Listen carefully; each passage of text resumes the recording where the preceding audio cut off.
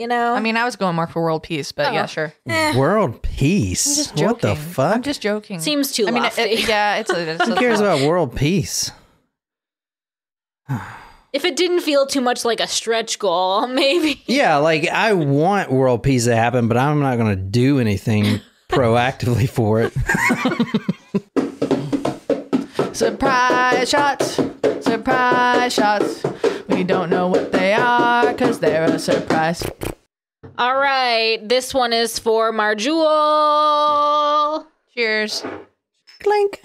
Oh, I like that. Pineapple. Vodka. I liked it at first, but not after. Ah, gross. That was 99 proof pineapple. I mean, those shots are strong. So, welcome if this is your first time here. My name is John. I'm sitting here with Jen and Chloe Borbash. Tonight is our 300 episode, and I forgot about it, so we're just doing a regular murder story. This is a part 2. Yeah, this is actually a part 2. Somebody's watching me. Did you forget until you saw that comment on the blog? Mm-hmm. Yeah. All right, let's give away some money. Money. Choose winners. Are we going to do the bongos?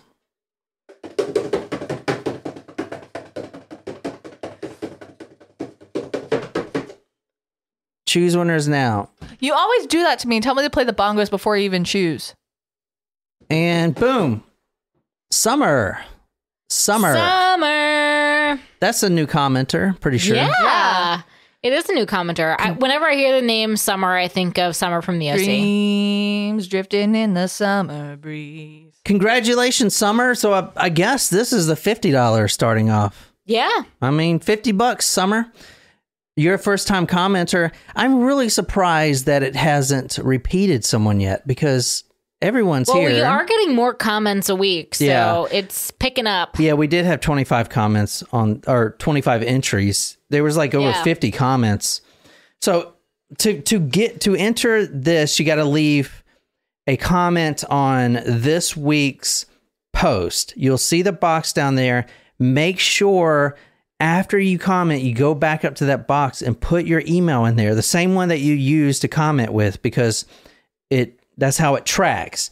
Put your email in that box, because if you don't do that, it's not going to register. And it's got to be the same email address as your Amazon gift card receiving address or whatever. Anyway, congratulations, Summer. Woohoo!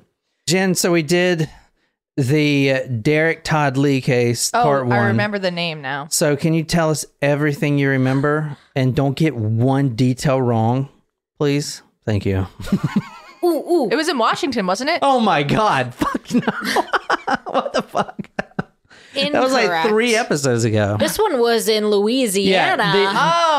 The South Louisiana serial killer was located in Washington. Shut up, John. I remember this one. So this was a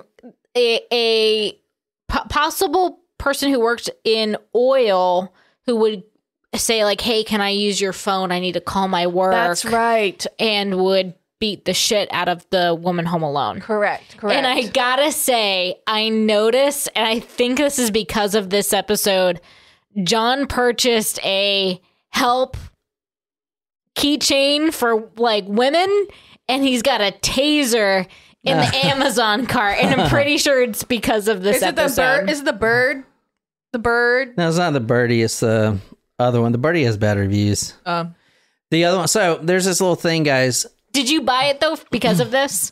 I think it's going to be delivered today. This one and the next episode, yeah. Oh God. So basically, what I want to do. Did you buy one for me too? Is it for me or is it for you? No, I don't care about you. Just her. I think he bought it for himself. No, to be honest with you. I bought it for the front door. So what they're talking about is there's this little thing called the Birdie, or there's another company that I bought, but it's like this little contraption, and then you pull the top off of this device, and it makes an alarm sound, a very loud 135 decibels, which is extremely loud.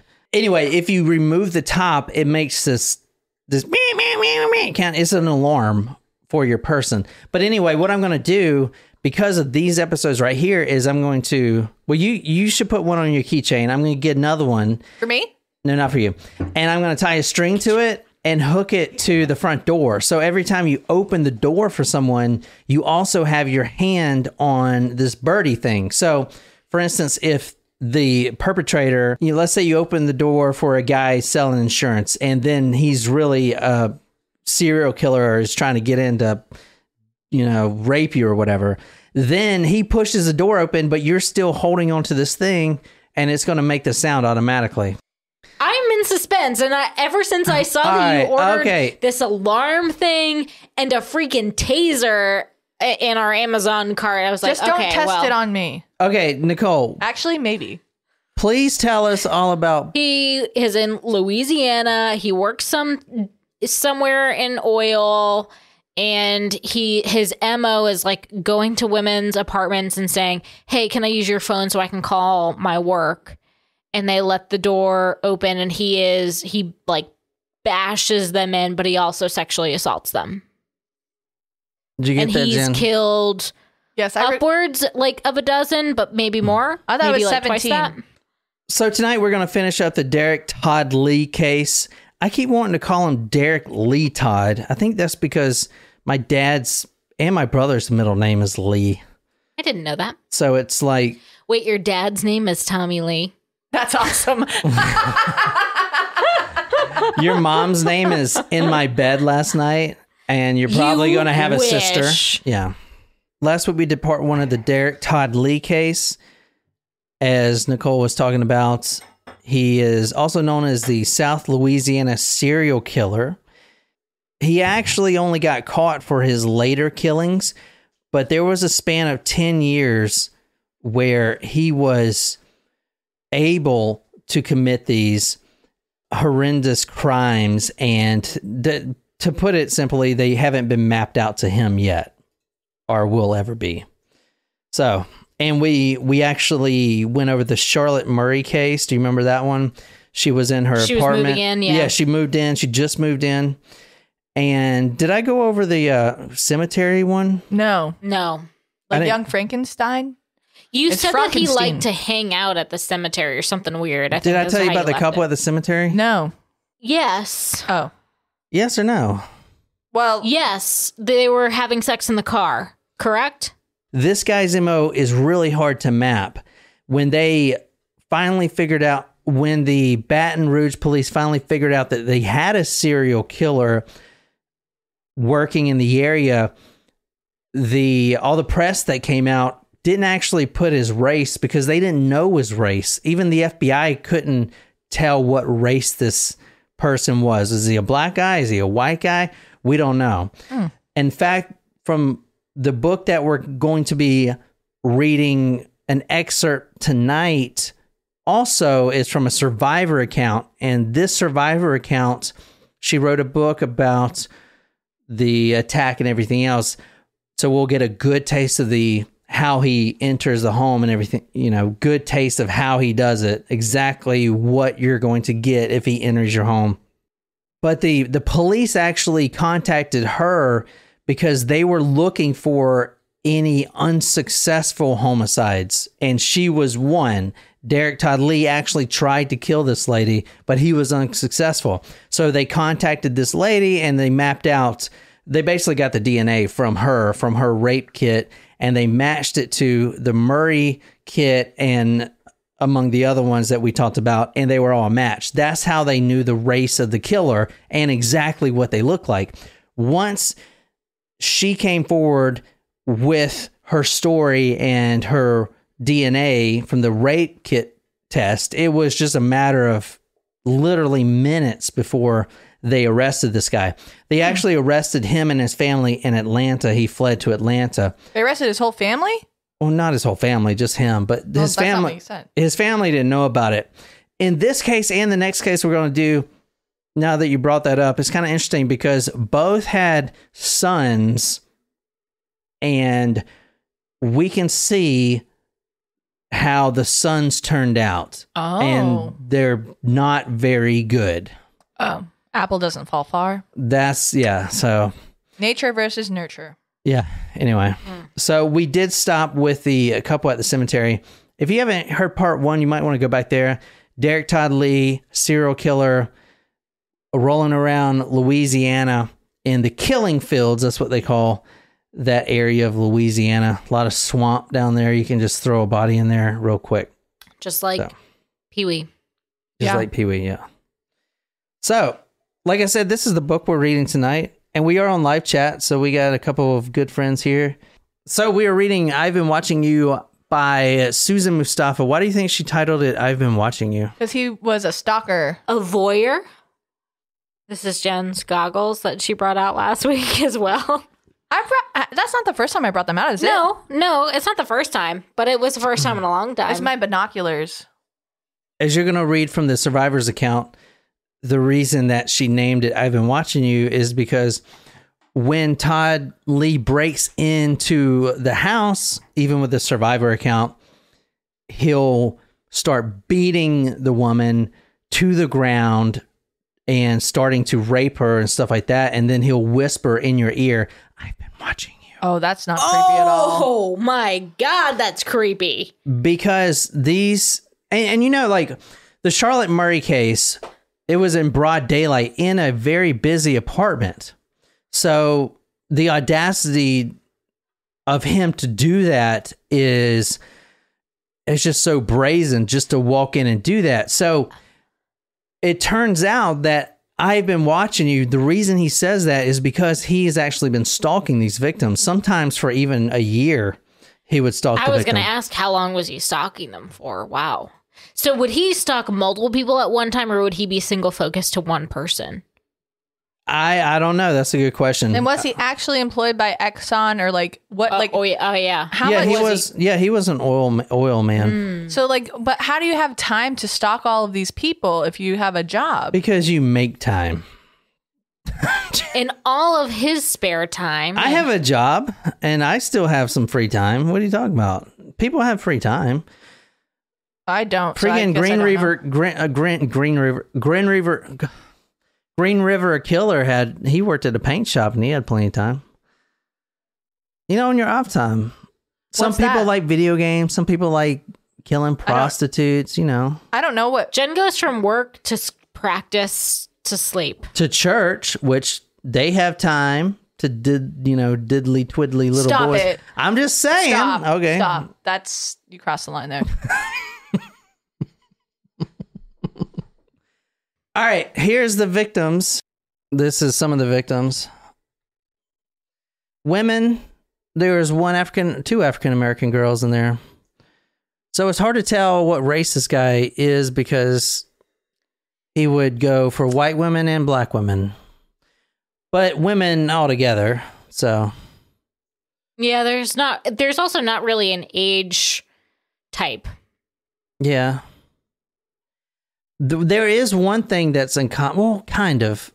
I would say there's one thing in common that he did like. So if you look at the top, brown hair. That's brown hair. He did like the brown hair, but then again, if you look at the bottom, those are different. However, these are blonde. Those are possible victims. Connie Lynn Warner. That's who we're talking about next. This is the summer of 1992. She lived in the Oak Shadows subdivision. Connie Lynn Warner, this is the summer of 1992. So this is right after the cemetery incident. So do you remember when did the DeSoto case and the Murray Pace case happen? That was 10 years later, right? That was in 2002. Oh, yes. Right. So this is 1992 where we're going tonight, and we're starting with Connie Lynn Warner. So right after the cemetery case, this would be one of the first victims from Derek Todd Lee. She lived in Zachary, Louisiana, which was a subdivision right next to the Azalea Rest Cemetery. So the kids that I talked about, the 16-year-old kids that were in the cemetery, they were at Azalea Rest. That was a cemetery. What's really creepy about this story is a lot of these victims were stalked while Derek Todd Lee was in the cemetery. So he would hide behind the gravestones and and the mausoleums and stuff like that in the cemetery to actually stalk his victims and to get away. So when he does his crime, he'll run back to the cemetery, which I think is pretty smart because the police most likely aren't going to go check the cemetery. Maybe he's hiding behind a gravestone, right? So that's what I thought was very interesting about his specific MO. Any questions about this so far? Mm-mm. Going back real quick about the cemetery, as you'll see, Derek Todd Lee, a lot of his non-homicide charges, the ones that he got brought in for, were of peeping Tom. That's the actual term that they use, peeping Tom, is the charge. I wonder who the original Tom was. Tom Sawyer. Peeping Tom. Was it? No. So you have a peeping Tom, you have someone that likes to hide out in the cemetery. In fact, let's go back a little bit before this case. July 31st, 1997, there was numerous calls from the Willow Creek Apartments, which is right there in Baton Rouge. There was a black male that was peeping. He was standing in a kiddie pool, and he was looking through the window of multiple apartments. And he gave chase, and he parked his car at the cemetery, hid behind the graves. He got 6 counts of trespassing, 2 counts of peeping Tom, and resisting an officer. He was bailed out for that. So a lot of this guy's MO is basically this. He gets let in the door. There's no forced entry. He does watch the victim for quite a while. He usually goes for the darker haired females, and he'll often hide out in the cemetery, but he is basically a stalker. And then once he's inside, it's like a beast let out of the cage, as you heard from the Charlotte Murray Pace, just complete ravages through the victim and then in broad daylight, and then just leaves. So Connie Lynn Warner, as you see here, she's got big glasses, dark hair. She's that very bottom picture there. Can you kind of describe her a little bit? 70s/80s hairdo, large glasses, nice smile, dark brown hair. She is pale complexion. How old do you think she is? 40s? Ooh, no, I would say like 28 to 34. Wait, the first picture? Yes. No, the first picture at the bottom. Connie Lynn Warner with the glasses. So she is 1 week outside of her 42nd birthday. 40s. I lose. Cheers, I was trying to be kind. So she worked for the Louisiana Department of Health. She was a hospital accountant. She just got laid off, and she had a teenage daughter. She's 41 years old, so a little different MO here. This is a week before her 42nd birthday, August 23rd. It's the weekend. She is sitting on the couch. She's cross-stitching. I saw in one report that she was just sitting there sewing and just watching TV like she always does, because the police actually comes in and they found the sewing needle and the croquet or whatever on the floor. She lived in Zachary, Louisiana. Her husband had just divorced her, which was a sad story because she had his baby, and then after that he couldn't, for whatever reason, man up, I guess. So he ends up leaving, so she's alone. Now she's going on 42. She is 1 week before her birthday. She's lonely. She's upset. She's sad. She's sitting in her house apartment and she's knitting, right? What she didn't know is she was being watched for quite a while. Derek Todd Lee, for whatever reason, found her to his liking. And like I said, the MO is completely different because she is, twice as old as Charlotte Murray was. What? I was going to ask if he focused on women who did not have a male in their relationship, but then I remembered the first story. She was married. Yeah. That's a good point. Or maybe he focused on women whose husbands worked long hours. Maybe, yeah. As long as there was an opportunity. I don't know. That's weird because he did stalk the victims, but then again, sometimes he cut it so close where the husband came back, later that day, or the friend came back like in an hour later. Maybe just studied their schedules. And he definitely took his time in the home too. Connie Lynn Warner, she worked for the Louisiana Department of Health. She was a hospital accountant. However, recently she's been laid off, and that was because she didn't have a degree. And at the time, they required a degree to have that position. So right now, she's 42 years old. She has a child and a teenage daughter. She actually stops focusing on work. She's just been laid off. She's on unemployment. She's like, you know what? I'm going to actually go and I'm going to graduate and get my degree. So she started school, Southeastern Louisiana University in Hammond. So she was sitting on the couch. She was cross stitching. There was a knock on the back door. There was no signs of forced entry. So the knock comes at the back door, and she opens the back door because there's a nice looking black man there, and he asked her something, whether it's my car broke down or maybe, hey, a lot of it's your phone. Like, can I use your phone? Can I call my company or whatever? My car broke down, or I need a ride here. Can I use your phone? Mm-hmm. Once he gets the phone, that's like the in. Usually what will happen is the victim will give him the cordless phone, and then he'll ask for the phone book. So she'll go back to get the phone book, maybe come back, and then he'll rush in. Or maybe when she turns her back for the first time going to get the phone book, he'll just push his way in. This guy he's not huge, but for a 150-pound female, he could definitely overpower her really easy. All right, so I'll describe the crime scene, but we can't actually describe her body because it wasn't found for 9 days, and it was, quote, badly decomposed, end quote, and it was found on Sorrel Street near downtown Baton Rouge. So this right here is completely different from the other cases where he just leaves the victims right there. This was in his early days when he thought he had to dump the body somewhere, anywhere other than the home. And as you can see, he wasn't caught for so long, he might as well just start leaving them right there in the house. The crime scene, starting in the carport, there's those 3 buttons. Her car's still there. There's actually vomit on her sweater already? No, not on her sweater, but there's vomit on the carport floor and in the back seat of the car. Now, this is the first time that I've really seen a victim vomit like this, which kind of took me aback when I read that, because if you think about someone that vomits, they must, like when Derek Todd Lee broke in, there must have been so much dread that caused her to vomit. From the carport to the entryway of the home, there was a washer machine and a dryer. The washer was actually pulled out of place. Do you want to try to guess why the wash machine is pulled out of place?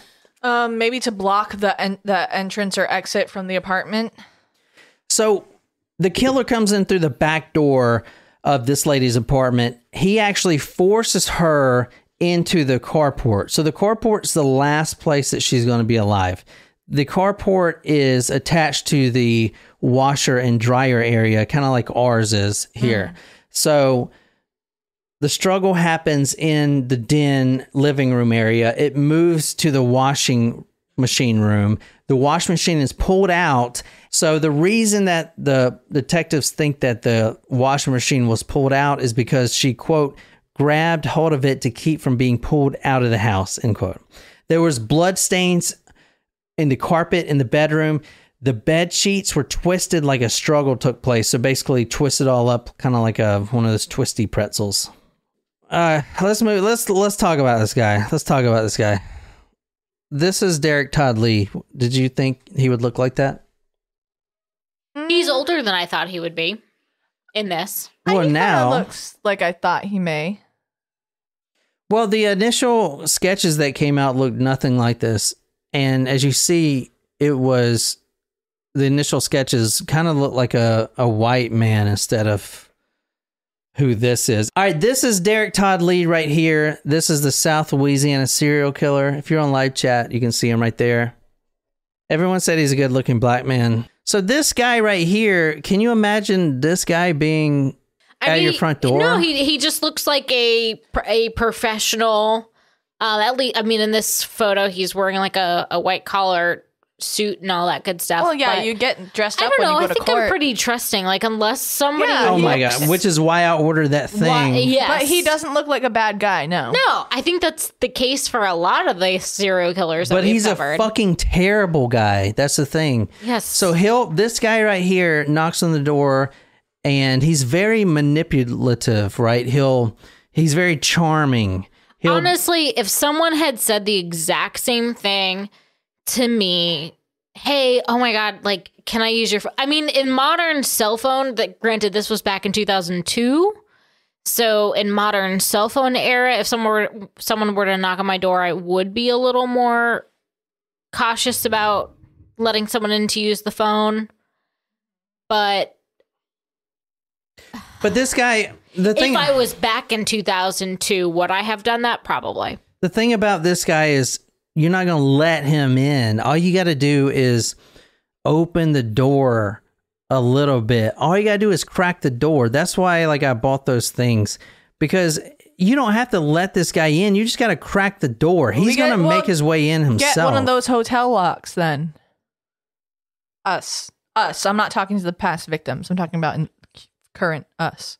So, myself. Derek Todd Lee, let's talk about his background. 13 years old is when he was first arrested. He actually got arrested for breaking into the sweet shop on Blackmore Road. He was arrested again at 16 because he was arrested actually for attempted murder. He tried to slit someone's throat with a knife. It is a teenager named Roy Rayford. He got in a little scuffle with him and tried to slit him with this knife. However, none of that's important because that doesn't really match the MO. The first Peeping Tom arrest, which is this guy is a Peeping Tom and a stalker, was February 1986. A neighbor actually reported him peeping in the window. And she said the following, quote, "This has been going on for about 2 weeks and I'm sick and tired of it," end quote. So this is when he is in his teenage years. He is caught once for breaking into a cemetery. From now on, even when he's married and has a child, he'll constantly be visiting the cemetery. He just likes to go there and just, I don't know, it's like peaceful for him. And he notices that no one's ever there. And that's how he can plan his next attack and even stalk victims. Because I guess in Louisiana, especially around this area, there's a lot of apartment buildings backed up to cemeteries. So it's very easy access for this guy. And he would spend a lot of time there. Would he only go to one specific cemetery? No. Or he was kind of going to multiple? He was actually arrested in at least two that I found. The Azalea Rest Cemetery and the Bueller Plains Cemetery. So he was arrested. And I actually looked at the Azalea Rest on Google Earth. It does back up right to a huge housing complex, and not right next to it, but you could definitely see, if you had like a cheap pair of binoculars, into someone's window from that cemetery. So he would just basically spend all his free time in the cemetery, which is really freaking creepy, because the teenagers that we talked about with the axe, the bush axe, they were there at night. I mean, this is 9:30 p.m. and he just so happened to be there, right? And it was more of a get out of my freaking space type of shit. He was caught breaking and entering in 1986 at a cemetery, at an undefined cemetery. I couldn't find out which one, but he broke into a woman's house, and he actually, this is before he would drive, he broke into someone's house. He was caught. The police shows up. He actually jumps on a little girl's bicycle, like one of those pink bicycles with a freaking bell, and he rides it all the way to the cemetery. Let's talk about his education growing up. In all the reports I found, he was considered, quote, slow, end quote, in class. So very low IQ. IQ below 70, but I did see in some places where the IQ was tested multiple times, and sometimes it would rise to like 84, but that was it. IQ below 70, 70 at this time, at least in Louisiana, is the point where you're in special education classes if you're below that. So I guess that's the reason they checked his IQ so much because when I was growing up, I never got my IQ checked. I don't know what my IQ is, and I would love to know. Yeah, like officially. I mean, there are plenty of things you can do online, like tests. Yeah. Yeah, like BuzzFeed tests. Yeah. Yeah, or like psychopath tests or things like that. We've never taken one of those before, but I would assume that they're out there. I would like to know. But I think when you're in special education classes, and I'm not sure about this, they do check your IQ often because for some reason they checked as often. You do have to have like an annual review. You have to, in special education. Well, in order to qualify for special education, you have to be evaluated by a school psychologist, or have a diagnosis of something like autism or. There are different levels of special education classes. There's functional, like students that are severe, students who have like maybe mild autism, or like can function on their own, but may not understand. They may have a intellectual disability that prevents them from becoming like a diploma candidate. Mm-hmm. Then you have special education students who are on a diploma track who have an IEP and individual education plan, and they may need some extra resources, like extra class periods that help them with specific subjects. So, I mean, special education is not necessarily a one-size-fits-all thing. There are a lot of different aspects to it. Derek Todd Lee dropped out of school in 11th grade, started working construction. He has a sister, Tarisha, and they were actually really close to each other. She was 1 year older, and in fact, she admits that the first time that he was caught, by her at least, peeping as a peeping Tom was with her sister. So he actually takes his older sister when he is 13 years old to go spy on this older lady, this neighbor, and like watch her through the shower. And then they're both sitting there, and then she says something like, "I want to go home." And Derek Todd Lee's like, "Shh, be quiet. We got to sit here a little bit longer," type of thing. So the whole family knew that he had this problem, this peeping Tom problem, at a very early age. Todd liked to watch girls just as he liked to watch birds. Quote, "Shh, Tarisha, don't you move." End quote. That's from the book. Todd never moved when he was watching. He knew how to be very still even at 9 years old. So Derek Todd Lee, he had a wife, but then he got his girlfriend pregnant. So he has a side girlfriend, Cassandra, and he has a son, Diedrich Todd Lee, in 1999. That's the son that is currently in trouble with the law, as we'll maybe get to in a little bit. So, but he did have a longtime wife, Jackie. She had filed a restraining order against him in February of 1990 for choking and beating her, like severely. So this is 10 years before. So we take a look at him 10 years before, the Charlotte Murray case and the actual cases that he was convicted for, and you're telling me that he just didn't kill anyone in 10 years? Also, what was big, or what happened in that time period that washed away a lot of evidence? Hurricane Andrew came through and destroyed a lot of stuff. A lot of evidence, stuff like that, was destroyed from that.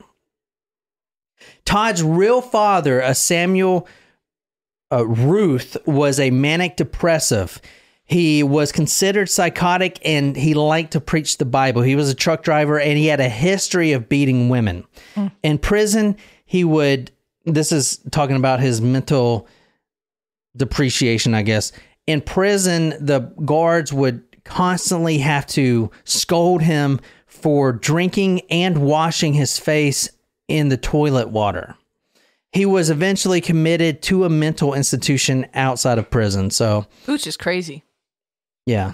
All right. So this is Derek Todd Lee. So this is him when he was younger. Yeah. I mean, look at the guy. He doesn't look like anything. He was in the marching band. He played the snare. I mean, completely normal looking guy, right? If you're on live chat, you can see these. Oh, yeah. Like his little bow tie. That's a senior picture, probably. Totally unsuspecting. Exactly. So if this guy showed up at your door asking to use a phone. Oh my gosh. I'd be like, come on in. Let me make you something to eat. Which is why I bought that fucking thing. That alarm. Let me make you something to eat. Would you like a BLT? That's exactly what I would say. A BLT on some sourdough bread sounds amazing. That right is now. what John's been into lately. Is so BLTs good. with crinkle cut fries. Ooh. All right, let's kind of divert just a little bit, guys, and let's actually have Nicole read some of. It's been a while since I've read something, so. Are you in a good place to read? Because I am not. I can read. I can read. Are good. you seeing like double vision? No. Double vision.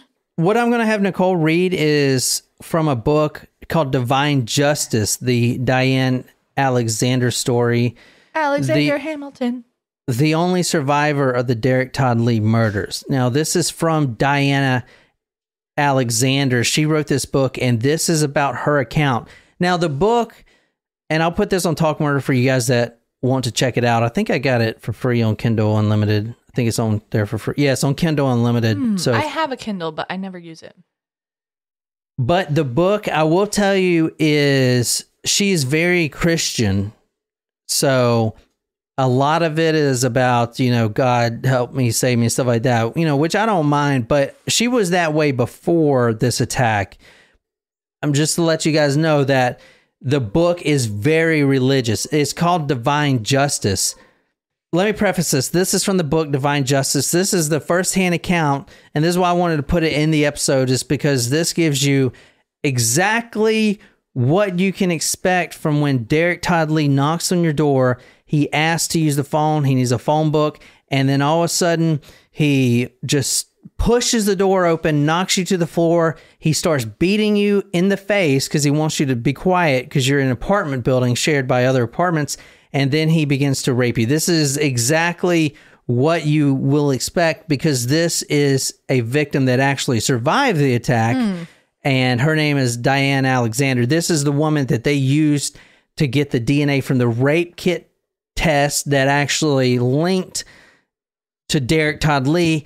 And that's when they put out the description. And as soon as they put out the actual sketch, or the actual photo, I should say, of him, that he was caught literally almost immediately. So basically, same thing, knocks on the door. And then this is from chapter 3. It's called The Attack. Once inside, he grabbed me by the throat with one hand as he pushed me against the entry door, which caused the door to slam shut. He said, "If you try anything, I have a knife, and I'll stab you in the eye." My immediate response within my spirit was, "Lord, what's going on? Can't he see that I'm your child?" Everything seemed surreal. I could not believe this was happening. He then said, "Take me to your bedroom." I knew if he took me to the bedroom, there would be no way out. My immediate response was to talk my way out of it. I said, "We don't need to go to the bedroom. We can stay right here," which was the living room area. He forced me to lay down on the living room floor with his hands still grasping my throat. Hey, hold on a second. I want to say, like, I've seen this even in the Ted Bundy case when all right, so he's actually yelling this, "Take me to the bedroom." And then she tries to remain calm and says, "We don't need to go to the bedroom. We can do whatever you need to do right here." It kind of, I'm not going to say this is going to work every time, but I did see this also in the Ted Bundy case where you kind of like derail the current train of thought that, you know what I'm saying? It's kind of like, whoa, what? Like no one says that. What? Sorry. Can't not. Okay. No one says, "Dude, what?" Or no one says, "Take me to your bedroom." What? All right, It's anyway, just from go ahead. Bosworth. Sorry. Oh, dude. What? Sorry. Where's? I can't do anything because you have your hand around my throat. He removed his hand from around my throat, and I did as I was told. As he mentally prepared himself to sexually assault me, he whispered in my left ear, "I've been watching you." All right, hold on. Let me skip forward a little bit. Kind of creepy, isn't it? It is. I think if somebody said that to me, I'd probably start throwing up. But he at that says point. there you go. You're like, ugh. While my attacker was trying to rape me, he seemed to be having a difficult time. He appeared frustrated. I didn't attempt to fight him because it would have resulted in a loss on my part. He was physically stronger than me. He would have gotten angry quicker and finished me off. I thought about stabbing him with his own knife when he laid it on the floor next to me while he was trying to sexually assault me. When I picked up the knife, it had a small blade with a black handle. Instantly, I knew this weapon would only anger this man if I would have attempted to use it. He realized that I had the knife in my left hand and quickly took it from me and said, "Bitch." I really didn't know if he was going to take my life at that point because I'd picked up the knife. I decided to comply with his request and didn't panic. My mind stayed on the Lord, although the turmoil surrounded me. I had an unbelievable sense of peace, as if the presence of God was there. I can't really explain it. The stranger was sweating profusely, as though he was in physical battle, even though I wasn't fighting him. He appeared to have a difficult time accomplishing his purpose for showing up at my home, which was to rape and kill me. So to finish this up, Todd Lee was arrested and he was put on death row for the murder of Charlotte Murray Pace. That was the one that they had the most evidence for. And he did sit on death row for a long time. He actually died prior, though, before that at age 47, January 21st, 2016. He died sitting on death row. He died of heart disease. So, but that is pretty much all I want to go into that case. Any questions about it? Kind of a unique guy. But I think we're going to roll right into the next one, if you guys are cool with that. Yes. Wait, what was his sentencing? He was sentenced to death. Did he actually die? Like, was he? Yeah, I just said that. No, he didn't get put to death. He was... All right, so Lee was convicted on October 14th, 2004 for the rape and murder of Charlotte Murray Pace. He was sentenced to death by lethal injection. And in 2016, January 21st, 2016, he died of natural causes, heart disease. He was 47 years old. Sitting on death row. He died. And that's all I got for tonight. Until next time, good night, you lovely, lovely people.